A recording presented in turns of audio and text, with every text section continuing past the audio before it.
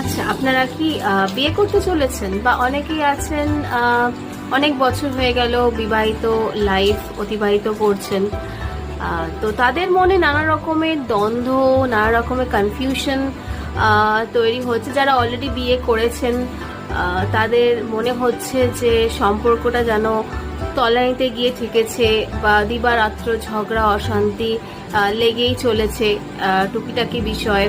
আর বারবার মনে হচ্ছে তাদের যে কেন তারা বিয়ে করলেন, বিয়ের আগেই তো সমস্ত কিছু ঠিকঠাক ছিল। বিকজ যখন তারা স্কুলে পড়তেন বা কলেজে পড়তেন, যখন তারা বিয়ে করেননি তখন সেই সময় এইসব প্রবলেম হতো না, বাট আফটার ম্যারেজ এই প্রবলেমগুলো আসছে। আর যারা অ্যারেঞ্জ ম্যারেজ করছেন বা করে ফেলেছেন অলরেডি, তাদেরও সেম মানে প্রবলেমে পড়েছেন। তারাও ভাবছেন যে কেন আপনি বিয়ে করলেন, বিয়ে না করলেই হয়তো ভালো ছিল, বা একা থাকলে ভালো হতো।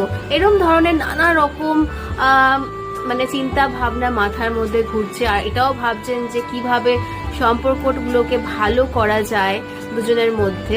তো সেই বিষয়ে আজকে আলোচনা করতে চলেছি, কিভাবে আপনারা সম্পর্কটাকে ঠিক করতে পারেন দুজনে মিলে। যদি চেষ্টা করতে চান সম্পর্ক ঠিক করতে, তাহলে কিন্তু চাইলেই আপনারা পারেন সম্পর্কটাকে ঠিক করতে।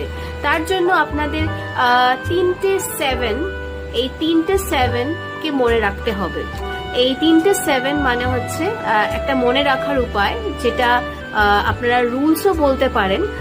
এটা আমার কোনো বানানো রুলস নয়, একটা বিখ্যাত সাইকোলজিস্ট গটম্যানের কাপল থেরাপি থেকে আমার এই অংশটা তুলে নিয়ে আমি আজকে ডিসকাস করতে চলেছি।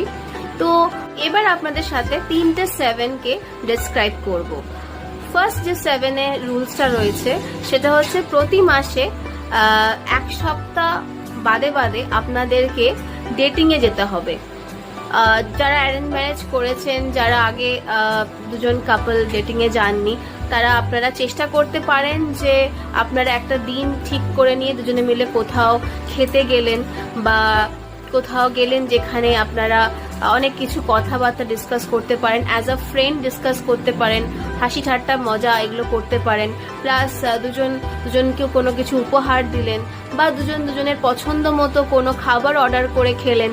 সো এইভাবে আপনারা ডেটিং এ যেতে পারেন। আর যারা অলরেডি মানে ম্যারেজের আগে যাদের রিলেশনশিপ ছিল, তারা তো অলরেডি জানেনই কিভাবে আপনারা ডেটিং এ যেতেন। সো সেরকম ভাবে আবার নতুন করে আপনারা এরকম ডেটিং এ যেতে পারেন, সময়টাকে কাটাতে পারেন এভাবে।